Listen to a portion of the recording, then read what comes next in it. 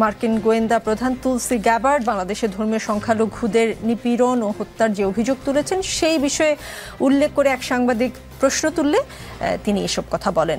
Tammy ব্রুসের এই কথায় আপাতত বাংলাদেশের সরকারের জন্য কোনো স্বস্তির কারণ আছে কিনা, কি মনে করেন?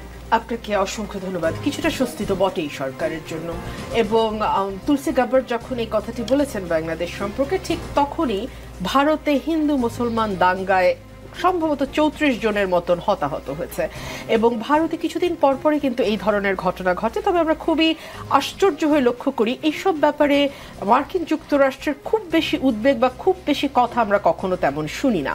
বাংলাদেশে যাদের জন্য বাড়তি সুরক্ষার প্রয়োজন হয়, সেটা ধর্মের ভিত্তিতে হতে পারে, সেটা লৈঙ্গিক পরিচয়ের ভিত্তিতে হতে পারে, সেটা জাতিগত পরিচয়ের ভিত্তিতে হতে পারে, কিংবা সেটা কেবলমাত্র আয় বৈষম্যর কারণেও হতে পারে। সো এই চারটা দিক বিবেচনায় যদি আপনি দেখেন, তখন ডেফিনেটলি যে কোনো পরিবর্তনে, যখনই বাংলাদেশে কোনো পরিবর্তন হয়, সংখ্যালঘু সম্প্রদায় এক ধরনের আতঙ্কে ভোগেন। এই কথাটি অস্বীকার করা অন্যায় হবে। এবং এইবার যখন পরিবর্তন হলো, তখন আমরা দেখলাম যে সংখ্যালঘু সম্প্রদায়ের বাড়িঘর, তাদের মন্দির, তাদের উপাসনালয়, সকল কিছুতে পাহারা বসাতে হলো। প্রশ্ন হচ্ছে, পাহারা বসানোর প্রয়োজনটা হয় কেন?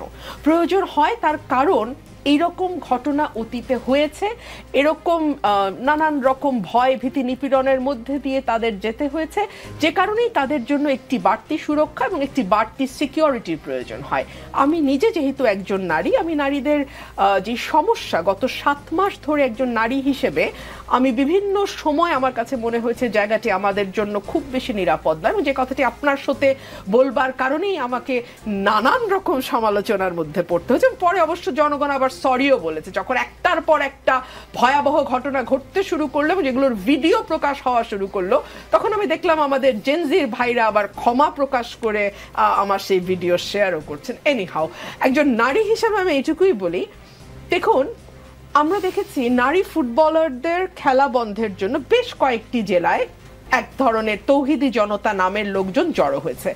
আমরা দেখেছি নারীর পোশাক কি হবে, সে তার পোশাকটি আসলে ঠিক কোনভাবে নিজস্ব ব্যক্তিগত ব্যাপার, আপনি তার দিকে না তাকালেই হয়, আপনি তো আসলে তার সুরক্ষা দেবার জন্য দায়িত্বপ্রাপ্ত ব্যক্তি নন।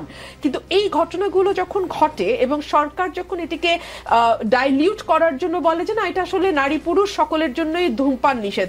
ধূমপান নিষেধ তো সারাক্ষণই তো আমরা পুরুষদের রাস্তায় ধূমপান করতে দেখি, কয়েক কোটি পুরুষ প্রতিদিন রাস্তায় পাবলিক প্লেসে ধূমপান করে। এখন পর্যন্ত 50 টাকা জরিমানা জীবনে কোনো পুরুষের কাছে করা হয়েছে কিনা আমি এই প্রশ্নটি রাখছি। এবং যেই আইনটি বছরের পর বছর অব্যবহৃত থাকে বা যার কোনো প্রয়োগ প্র্যাকটিক্যালি পসিবল হয় না, তাকে ডেড ল বলে।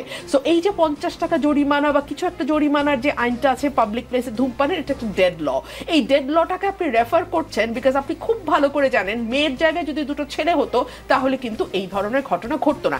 এখন যেহেতু বিশ্বায়নের যুগ, এখন যেহেতু প্রত্যেকের হাতে স্মার্টফোন, প্রত্যেক খবর মুহূর্তে বিশ্বময় চাইলেই ছড়িয়ে দেয়া যায়, ছড়িয়ে পড়ে। সো এই খবরগুলোকে হাইলাইট করে বিদেশে দেওয়া বা বিভিন্ন জায়গায় দেওয়াটা তো আসলে কোনো বড় বিষয় নয়, এবং এই সরকারকে এই সকল কিছু মাথায় রেখেই চালানো উচিত ছিল। তবে নিকোল একটাকে নিতেই মোর কমফোর্টেবল, সেটা কি ঠিক হোক বা ব্যাঠিক হোক, আমার কাছে সেটাই মনে হয় ভেরি আনফরচুনেটলি। না হলে আপনি আমাকে বলেন 94টা মাজার ভাঙা হলো কি কারণে? একটার বিচার হয়েছে নিকোল, একটা। ইসলামের আটক করা হয়েছে, অনেককে আটক করা হয়েছে, তাহলে থামছে না কেন? তাহলে কি থামাবার মতন যথেষ্ট জোরালো পদক্ষেপ নেই? আলোচনাগুলো আমরা করছি তখনই যখন বাংলাদেশে ডেভিল হান্ট অপারেশন চলছে, যখন বাংলাদেশে অক্সিলারি ফোর্স হিসেবে আর্মি ডিপ্লয়েড আছে, এবং যখন রাত 3টার সময় আমাদের স্বরাষ্ট্র উপদেষ্টা তার মানে পেশাদারিত্ব এবং তিনি যে আসলে শেখ হাসিনার মতন ঘুমান না সেটা দেখানোর জন্য রাত 3টায় তিনি সংবাদ সম্মেলন করছেন। সো এই সকল কিছু দেখে মনে হয় যে তারা আপ্রাণ চেষ্টা করছেন ঠিকই, কিন্তু জনমনে স্বস্তি দিতে পারছেন। আমি আপনাকে একটা বিবিসির উদাহরণ দিতে চাই। বিবিসি বাংলাকে দেয়া সাক্ষাৎকারে প্রধান উপদেষ্টা যখন বলছিলেন যে না, আমি তো আইন শৃঙ্খলা পরিস্থিতির কোনো অবনতি দেখি না, তখন আমি খুব অবাক হয়েছিলাম, বিকজ তিনি যদি আগামীতে এমপি নির্বাচন করতেন বা তিনি যদি আগামীতে প্রধানমন্ত্রীর নির্বাচনের জন্য দাঁড়াতেন, বলতেন আমি অবাক হতাম না, কারণ তাকে মাঠটা ঠিক রাখতে তাকে অনেক জনতুষ্টিমূলক কিংবা নিজের দোষ আড়াল করে অনেক কিছু বলতে হয়। কিন্তু তিনি তো আসলে তেমন সরকার নন। তিনি দেবপ্রিয় ভট্টাচার্যের ভাষায় একটি সুবোধ সরকার, যেই সরকারের সুবোধ বলতে আমি বুঝি সুনীতি, সুশাসন, এই বিষয়গুলো তার থাকবে এবং ভালো বোধও তার থাকবে। সো তিনি কি জানেন না আইন শৃঙ্খলা পরিস্থিতি কেমন? স্ট্যাটিস্টিক্স এর কথা তিনি তুলেছেন, বলেছেন শুধু চিন্তায় 50% বাড়লেই আইন শৃঙ্খলা পরিস্থিতি খারাপ বলে আমি ধরবো না। আমি ওনাকে বিনীতভাবে বলি, উনি অনেক প্রাজ্ঞ, বিজ্ঞ, সম্মানিত মানুষ। উনি কি জানেন না যে এই সকল ক্ষেত্রে পারসেপশন ইজ ভেরি ইম্পর্টেন্ট। আপনার থেকে আমার থেকে আবু আলম ভাইয়ের থেকে হয়তো আমার এই ভাইয়ের মধ্যে ভয় ছড়িয়ে যাবে, এবং ভয় কিন্তু সংক্রামক, ঠিক যেরকম সাহস সংক্রামক। সেটা মুখপাত্র ট্যামি ব্রুস যেটা বললেন যে এদিক থেকে বাংলাদেশের অন্তর্বর্তীকালীন সরকারকে আমরা স্বাগত জানাই, কারণ সব স্তরের নাগরিকদের জন্য তারা নিরাপত্তা নিশ্চিত করেছে। এটা কি কোনো পজিটিভ সাইন কিনা, বা আপনি কোনো স্বস্তি খুঁজে পান কিনা এটার মধ্য থেকে? প্রথমত হলো যে আমি স্বস্তি খুঁজে পাই আমার দেশের পরিস্থিতি দেখে, আমার দেশে বাস্তবতাটা কি, সেটা হলো আমার জন্য পজিটিভ সাইন। যে আমার দেশে কি হচ্ছে, কি করছি আমরা, আইনের প্রয়োগ হচ্ছে কিনা, আমরা মবক্রেসিতে আছি কিনা, জনতুষ্টিবাদ কিনা আমি জানি না, বাট মবক্রেসিতে আছি। জনতুষ্টিবাদ পলিটিক্যাল শব্দ, করতেই পারেন ওনারা ব্যবহার, বাট আমি তো জনতুষ্টিবাদ দেখি না। আমি দেখি মব কোথাও যে হামলা করছে, মবের হামলা, মব বেরিয়ে গেল এবং আমরা ওটাকে মেনে নিচ্ছি, এবং কেউ কেউ এখন প্রতিবাদ করছি, কিন্তু আমরা করি না। এটা একটা অ্যানোমি সিচুয়েশন, হ্যান দিয়ে আমরা একটা বোঝান শক্তিশালী একজন মানুষ। এবং আজকে যে ব্রুস বললেন, তারাও ওই অ্যাডমিনিস্ট্রেশনের সাথে আছেন, ওনারা আমাদেরকে যেভাবে দেখেন সেভাবে বলছেন, বলতেই পারেন। তুলসী গেবার্ড হয়তো একটু কঠিনভাবে বলেছিলেন কথাগুলো, এবং ব্রুস সেটাকে একটু ঠান্ডাভাবে বললেন।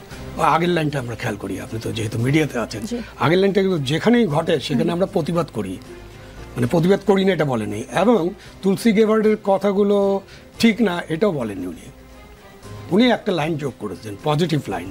সেটা হলো যে বাংলাদেশের যে বর্তমান সরকার তারা ব্যবস্থা নিচ্ছে, আমরা দেখছি ব্যবস্থা নিতে। তো এখন পুরোটা মিলিয়ে একটা জিনিস হলো, এই দেশে সংখ্যালঘু নির্যাতন হয়, এদেশে নারীরা ভয়ের মধ্যে থাকেন, নারীদের উপরে বিভিন্ন রকমের হেনস্থা হচ্ছে, এদেশের শিশুরা নির্যাতনের শিকার হচ্ছেন, এদেশের দরিদ্র মানুষ নির্যাতনের নিপীড়নের শিকার হন। এবং মার্কিন যুক্তরাষ্ট্র, পৃথিবীর যে কোনোখানে যখন সংখ্যালঘুর বিষয়টা আসবে, শুধুমাত্র সংখ্যালঘু মানে ধর্মীয় সংখ্যালঘু না, যেটা রুমিন ফারহান পরিষ্কার করেছেন। সংখ্যালঘু মানে হচ্ছে যে আপনি যেভাবে দেখেন তাদেরকে, আমাদের পাহাড়ে অনেক সংখ্যালঘু মানুষ আছে, খ্রিস্টানরাও সংখ্যালঘু মানুষ, এবং আমাদের নারীরা 51% হলেও আমাদের আচার আচরণের তারা হলো সংখ্যালঘু। কারণ আমরা পুরুষরা যেভাবে চলাফেরা করতে পারবো, যেভাবে স্বাধীনভাবে কিছু করতে পারবো, সেভাবে তারা করতে পারবেন না। তারা সন্ধ্যার পরে বের হতে গেলে তাদেরকে 10টা চিন্তা করতে হবে, পাহারাদার সাথে রাখতে হবে, তারপরও নিরাপত্তা আছে কিনা, সেই অর্থে ওনারা সংখ্যালঘু। তো এইখানে ইয়েস ঠিক আছে যে আমাদের অবস্থাটা আমরা বোঝার চেষ্টা করি। আর আমি যে কোনো বিদেশি কর্তৃপক্ষ বা বিদেশি বন্ধু বা বিদেশি সরকারের প্রতিনিধি যখন কোনো কথা বলে, আমি সব কথাগুলোকে তুড়ি মেরে উড়িয়ে দেওয়ার পক্ষে না। তারা কথা বললে আমরা কথাগুলো দেখি, অ্যানালাইসিস করি, যদি কোনো মিস ইনফরমেশন থাকে, ডিসইনফরমেশন থাকে, স্ট্যাটিস্টিক্স ভুল থাকে, আমরা সেগুলো নিয়ে আলোচনা করতে পারি এবং আমরা পরিষ্কার করতে পারি যে না, উনি যেটা বলেছেন সেটা এইভাবে সত্য না। আমি একটু উল্লেখ করি মাঝখানে, উপদেষ্টা আসিফ মাহমুদ সজীব ভুইয়া তার সামাজিক যোগাযোগ মাধ্যমে মানে ফেসবুকে তিনি স্ট্যাটাস দিয়েছেন 2 ঘন্টা আগে। সম্প্রতি ভারতীয় মিডিয়ায় দেয়া এক সাক্ষাৎকারে মার্কিন গোয়েন্দা সংস্থা প্রধান তুলসী গ্যাবার্ড বাংলাদেশের মাইনরিটিদের নিরাপত্তার ব্যাপারে মিথ্যাচার করে একটি বক্তব্য দেন। পরে বাংলাদেশের অন্তর্বর্তীকালীন সরকার সেই বক্তব্যের তীব্র নিন্দা এবং প্রতিবাদ জানায়। তারই প্রেক্ষিতে আজ মার্কিন পররাষ্ট্র দপ্তরের মুখপাত্র এক সংবাদ সম্মেলনে বাংলাদেশের মাইনরিটিদের অধিকার রক্ষায় অন্তর্বর্তীকালীন সরকারের পদক্ষেপকে স্বাগত জানায়। আপনার কি মনে হয়, এই যে সরকার প্রতিবাদ জানিয়েছে, কঠিন বার্তা দিয়েছে, বাংলাদেশ সরকারের পক্ষ থেকে কি এই প্রতিবাদই যথেষ্ট? মানে এই প্রতিবাদের কারণেই মনে হচ্ছে যে আজকে মার্কিন পররাষ্ট্র মন্ত্রণালয়ের মুখপাত্র এমন একটি কথা বলেছেন, প্রতিবাদ করেই বসে থাকবে নাকি বাংলাদেশের আরো কিছু করবার আছে? এটা মনে করার কোনো কারণই নেই, 1 নম্বর। 2 নম্বর, যে তুলসী গ্যাবার্ডের যে স্ট্যাটাস আমরা তো জানি উনি কে, তো ওনার কোনো মন্তব্যের ব্যাপারে কোনো ব্যাখ্যা দেওয়ার প্রয়োজন হলে ওনার স্টেটাসের লোক যারা আছেন তারা দেবেন। এটা প্রধান উপদেষ্টার দপ্তরের কাজ ছিল না, একদম পরিষ্কারভাবে মনে করি, যেহেতু আমি সরকারের সাথে অনেকদিন কাজ করেছি। এটা প্রধান উপদেষ্টার অফিসের কাজ না, এটা পররাষ্ট্র দপ্তরের কাজ হতে পারত। এটা ইভেন স্বরাষ্ট্র উপদেষ্টার দপ্তর এই বিষয়ে কথা বলতে পারত।